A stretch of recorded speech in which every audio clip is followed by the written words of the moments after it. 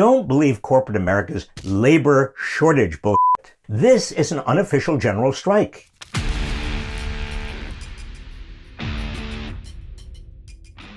For the first time in years, workers have enough bargaining leverage to demand better working conditions and higher wages, and are refusing to work until they get them.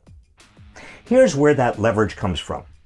After a year and a half of pandemic, consumers have pent-up demand for all sorts of goods and services, but employers are finding it hard to fill positions to meet that demand. The most recent jobs report showed the number of job openings at a record high.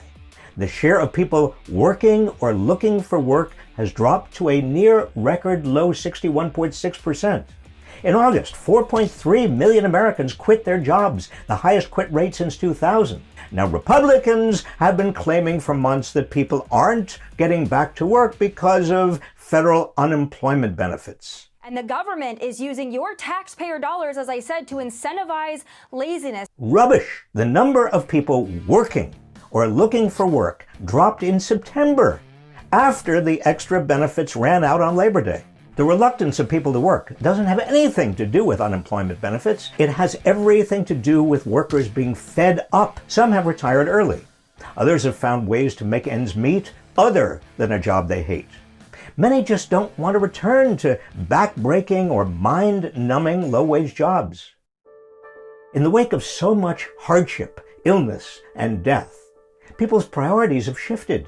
Now, the media and most economists measure the economy's success by the number of jobs it creates, while ignoring the quality of those jobs.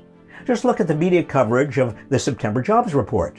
The New York Times emphasized weak jobs growth. For CNN, it was, quote, another disappointment. But when I was Secretary of Labor, I met with working people all over the country who complained that their jobs paid too little and had few benefits, or were unsafe or required unwieldy hours. Many said their employers treated them badly. With the pandemic, it's even worse. That's why, in addition to all the people who aren't returning to work, we're also seeing dozens of organized strikes around the country. 10,000 John Deere workers, 1,400 Kellogg workers, over 1,000 Alabama coal miners, and thousands of others. Not to mention the unauthorized strikes and walkouts since the pandemic began, like the mostly black sanitation workers in Pittsburgh, or the Amazon workers in Staten Island. In order to lure workers back, employers are now raising wages and offering other benefits and incentives. Average earnings rose 19 cents an hour in September and are up more than $1 an hour over the last year. But clearly, that's not enough to get workers back. Corporate America is trying to frame this as a labor shortage.